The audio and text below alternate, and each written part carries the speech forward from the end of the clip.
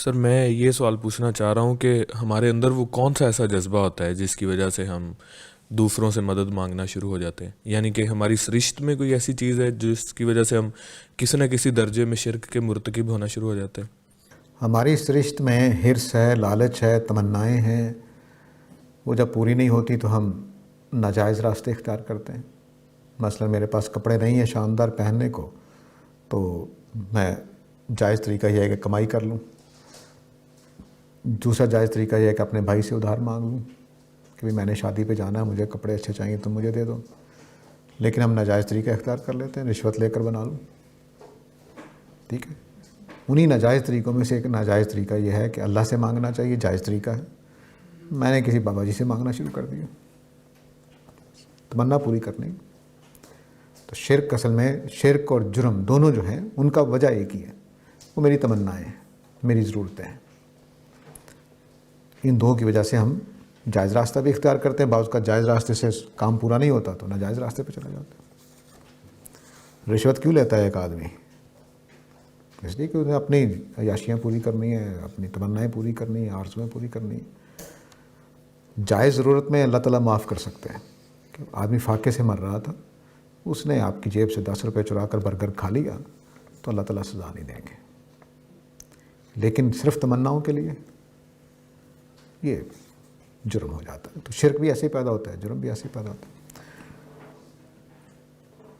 غیر اللہ سے مدد مانگنے کے بارے میں یہ جو منطق پیش کی جاتی ہے کہ ہم کسی اور سے مدد نہیں مانگ رہے، مدد اللہ سے ہی مانگی جا رہی ہے، لیکن کسی کے وسیلے سے مانگی جا رہی ہے.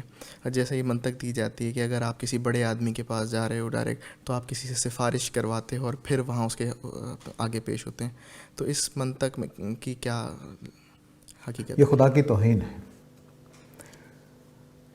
کہ اللہ تعالیٰ کسی واسطے کے بعد اس کے کہنے پر مان لیں گے.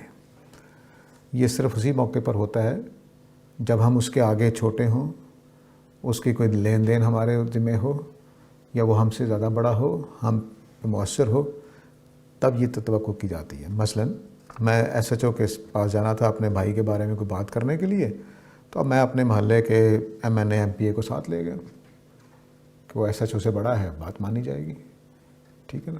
یا تو بڑا مانیں گے یا ایس ایچ او کو اس کا مرہون منت مانیں گے کہ وہ اس کے احسانات کے نیچے دبا ہوا ہے. خدا کو جن کا واسطہ دی جاتا ہے ان کی بتائیں حیثیت کیا ہے خدا کے مقابلے میں. میرے بابا جی، میرے بزرگ کیا واسطہ دیں گے، کیا وسیلہ بنیں گے؟ یہ خدا کی توہین ہے. پہلی بات یہ سمجھ لیجیے. دوسری بات یہ ہے کہ اللہ نے اعلان کر رکھا ہے کہ میرا بندہ جب جہاں بیٹھے ہو مجھے پکارے گا، عجیب الدعوت الداعی اذا دعانی، جب بھی کوئی مجھے پکارے گا میں جواب دوں گا. تو آج مثال کے طور پر عمران خان کہے جی کہ میں اسلام آباد میں کھلی کچہری لگا دیتا ہوں، ہر روز بیٹھا کروں گا 8 گھنٹے، کسی وزیر کے پاس جانے کی ضرورت نہیں ہے، کسی کے پاس جانے میں سیدھے میرے پاس آؤ. تو پھر اگر آدمی وزیروں کے پاس جائے تو بیوقوفی ہوگا.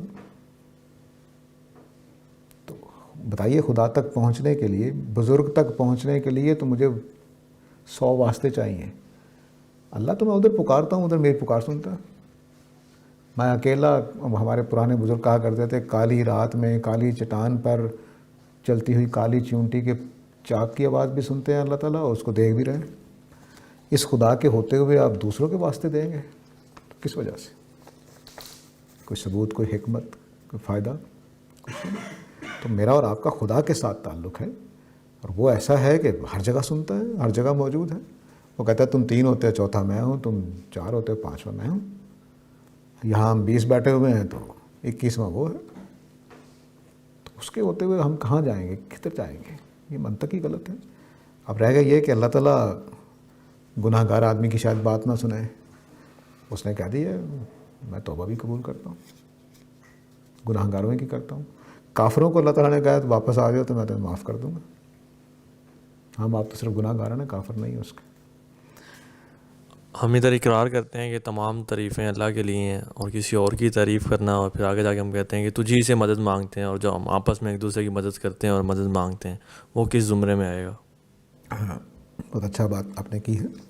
مدد مانگنے کے 2 معنی ہیں.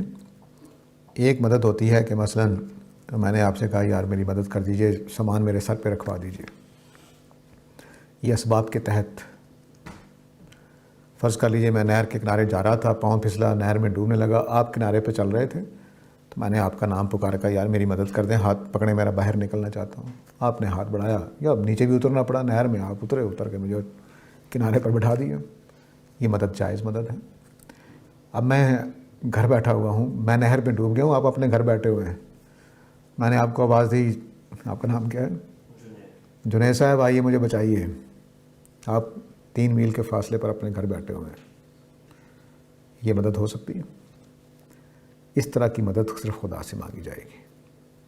اسباب کے تحت مدد ہم ہر کسی سے مانگتے ہیں. وہ باپ بیٹے سے مانگ رہا ہوتا ہے، ہمسایہ ہمسایہ سے مانگ رہا ہوتا ہے، دوست دوست سے مانگ رہا ہوتا ہے. لیکن جو اسباب سے اٹھ کر مدد ہوتی ہے، جو خدا مدد کرتا ہے جس طرح کی، کوئی اسباب نہیں ہے، کوئی راستہ نہیں ہے، تو اس مدد کو مانگنا ناجائز قرار دیا. وہ شرک پیدا کرتی ہے. باقی کوئی مدد شرک پیدا نہیں کرتی.